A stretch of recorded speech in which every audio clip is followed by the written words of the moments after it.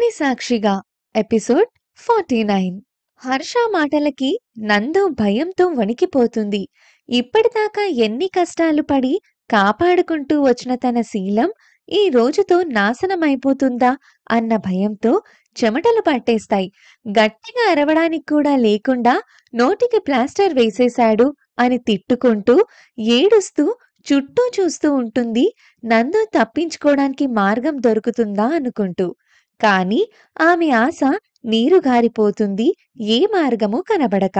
నువ్వెంత ఆలోచించినా ఉపయోగం లేదే నా చిట్టి మరదలా. ఈరోజు నువ్వు నా సొంతం కాబోతున్నావు అంటూ నవ్వుతూ తన ముందుకు వస్తాడు. నందు లేచి దూరంగా పరిగెత్తడానికి ట్రై చేస్తుంది. అది గమనించిన హర్ష వేగంగా వెళ్లి ఆమె చెంప మీద కొట్టడంతో కింద పడిపోతుంది నందు. తన మీద పడి గట్టిగా మెడ మీద ముద్దు పెడతాడు. నందు ఏడుస్తూ గింజుకుంటూ ఉంటుంది. కనీసం అవకాశం లేకుండా చేతులు కూడా కట్టేయడంతో నిస్సహాయంగా అయిపోతుంది నందు. వాడి స్పర్శ అసహ్యంగా అనిపిస్తుంటే కన్నీళ్లు ఆగకుండా వస్తూనే ఉంటాయి. వేరే మార్గం లేక గింజుకుంటూ ఉంటే కోపంతో చీరని తప్పించి జాకెట్ని చెయ్యి దగ్గర చించుతాడు. నందు ఎంత ఆలోచించినా మార్గం దొరక్క ఏడుస్తుంది. ఇంతలో డోర్ పగలగొట్టిన శబ్దం రావడంతో వెనక్కి తిరుగుతాడు హర్ష.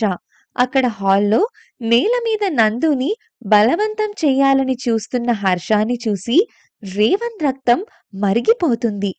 అక్కడ రేవంత్ ని చూసి షాక్ అవ్వడం హర్ష వంతవుతుంది. రేవంత్ వేగంగా ముందుకు వచ్చి హర్షాని పైకి లేపి ఆగకుండా పిడిగుద్దులు గుద్దుతూ ఉంటాడు.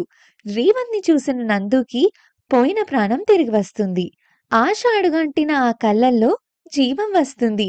హర్షకి తిరగబడే టైం కూడా ఇవ్వడు రేవంత్. ఎంత ధైర్యముంటే నా భార్యను కోరుకుంటావ్రా?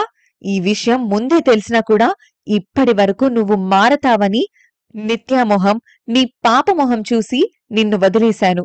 నేను తలుచుకుంటే నాకున్న నెట్వర్క్ కి నిన్ను చంపి క్షణాల్లో మాయం చేయగలను. వాళ్ళ మొహం చూసి నిన్ను వదిలేశాను అంటూ గట్టిగా కొడుతూ ఉంటాడు. హర్ష కోపంగా విడిపించుకుంటూ నాకది కావాలి అంటాడు. అతను మారడానికి ఆఖరి ఛాన్స్ ఇద్దామని ట్రై చేస్తాడు రేవంత్. అందుకే తన మాటల అస్త్రాన్ని వాడుదామని డిసైడ్ అవుతాడు. ఇంతలో నందు పరుగున వెళ్లి కట్టేసిన తన చేతులతోని చీరని తీసుకొని మామూలుగా కప్పుకుంటుంది. హర్ష మాటలకి కోపం వచ్చిన రేవంత్, ఓ అయితే నా పెళ్ళాం నీకు కావాలన్నమాట. అయితే రేపు నీ కూతురికి పెళ్లి చేసి పంపిన తర్వాత తన భర్త అన్న తనని కోరుకుంటే తనకి లొంగిపొమ్మని నీలాగా వేధిస్తుంటే నీ కూతురిని తట్టుకోలేక ఆత్మహత్య చేసుకుంటుందేమో కదా అంటాడు కోపంగా హర్ష వైపు చూస్తూ. రేవంత్ పదునైన మాటల వెనక దృశ్యాలు కళ్ళకి కట్టినట్లుగా ఊహించుకోగాని వెన్నులో నుండి వణుకు వస్తుంది హర్షకి. రేయ్, ఎంత మాట అంటావు నా కూతుర్ని అని? అలా దాన్నెవరైనా వేధిస్తే వెంటనే చంపేస్తాను అంటూ కోపంగా రేవంత్ కాలర్ పట్టుకుంటాడు హర్ష. తన ప్రయత్నం ఫలిస్తుందన్న చిన్న ఆశ మొదలవుతుంది రేవంత్లో. ఓ, నీకు మాత్రమే కూతురుందా? రాముగారికి లేదా? నందు మాత్రం ఒకరి కూతురు కాదా?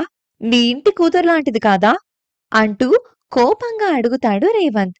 ఏదైనా తనదాకా వస్తే కాని దెబ్బ తగలదన్నట్లు రేవంత్ మాటలు పదునుగా తగులుతాయి హర్ష మనసుకి. అతనికి తెలియకుండానే రేవంత్ కాలర్ పట్టుకున్న అతని చేతులు వదులవుతాయి. తన కూతురు రేపు పెద్దదైన తరువాత ఇలానే జరిగితే అన్న రేవంత్ మాటలు వినడానికి భయానకంగా అనిపిస్తాయి. ఎందుకంటే అక్కడున్నది తన కూతురు కనుక. కాని ఇన్ని రోజులు తను నందు పట్ల ప్రవర్తించింది అనుకుంటూ ఆలోచిస్తూ నిలబడిపోతాడు రేవంత్కి దూరం జరిగి. ఎస్, మాటలు ప్రభావాన్ని చూపుతున్నాయి అనుకుంటాడు మనసులోనే రేవంత్. ఇప్పుడు కనుక హర్ష కనుక మారితే నిత్య కన్నా అదృష్టవంతురాలు లేదు అనిపిస్తుంది రేవంత్కి. నందు మౌనంగా చూస్తూ ఉంటుంది. నందు దగ్గరికి వెళ్లి ఆమె నోటికున్న ప్లాస్టర్ తీసి చేతులకున్న కట్లు విప్పుతాడు రేవంత్. వెంటనే చీరని తీసుకొని పక్కకు వెళ్లి కట్టుకొని చేతుల దగ్గర బ్లౌజ్ చినగడంతో నిండుగా కప్పుకొని వస్తుంది. ఇద్దరూ మౌనంగా పక్కన నిలబడతారు. హర్షకి ఆలోచించుకోవడానికి సమయమిచ్చి. నందుని తనకు లొంగిపొమ్మని టార్చర్ చేయడం, తన శరీరాన్ని తడమటం, తనతో సరిగ్గా ప్రవర్తించకపోవడం, ఇంతకు ముందు తనని బలవంతం చెయ్యాలి అని చూడటం అన్నీ వరుసగా గుర్తుకు వస్తాయి. నందు స్థానంలో తన గారాల కూతురు కనబడుతుంది అతనికి. రేపు ఎవరైనా తన కూతుర్ని ఇలానే టార్చర్ చేస్తే అది భరించలేక తను ఏమైనా చేసుకుంటే అన్న ఊహని భరించలేకపోతాడు హర్ష. తన కూతురు లాంటి అమ్మాయే కదా నందు కూడా అన్న నిజం బోధపడుతుంది హర్షకి. కష్టమేదైనా తనదాకా వస్తేని ఎవ్వరికైనా కష్టంలాగా అనిపిస్తుంది. రేవంత్ మాటల ప్రభావంతో వాస్తవం బోధపడుతుంది హర్షకి. నందు వైపు చూస్తాడు. ఆమె స్థానంలో రేపు పెరగబోయి తన కూతురు కనిపిస్తుందతనికి. అంతే. ఇప్పటి వరకు తన కళ్లకు కమ్మేసిన కామపు మబ్బులు విడిపోతాయి. తను చేసిన తప్పు పూర్తిగా తెలిసి వస్తుంది. నందు వైపు చూడగాని ఆమె భయపడిపోయి రేవంత్ పక్కకి జరుగుతుంది. అది చూడగాని తను ఎంత రాక్షసంగా ఆమెని హింసించాడే అని అర్థమవుతుంది హర్షకి. కళ్ళ నీళ్లు ఆగకుండా వస్తూనే ఉంటాయి. నందు ఆశ్చర్యంగా రేవంత్ వైపు చూస్తుంది. అతనిలోని మార్పు అర్థమైన రేవంత్ పెదవులపై విజయ దరహాసం వెల్లివిరుస్తుంది. నందుతో తప్పుగా ప్రవర్తించడమే కదా ఏ ఆడపిల్ల పడితే ఆ ఆడపిల్లతో ఎంజాయ్ చేయాలని చూడడం కూడా తప్పే అని అతనికి పూర్తిగా అర్థమవుతుంది. ఇలాంటి మరిన్ని ఇంట్రెస్టింగ్ స్టోరీస్ కోసం వెంటనే దండోరా ఛానల్ని సబ్స్క్రైబ్ చేసుకొని మా వీడియోస్ని లైక్ అండ్ షేర్ చేయండి.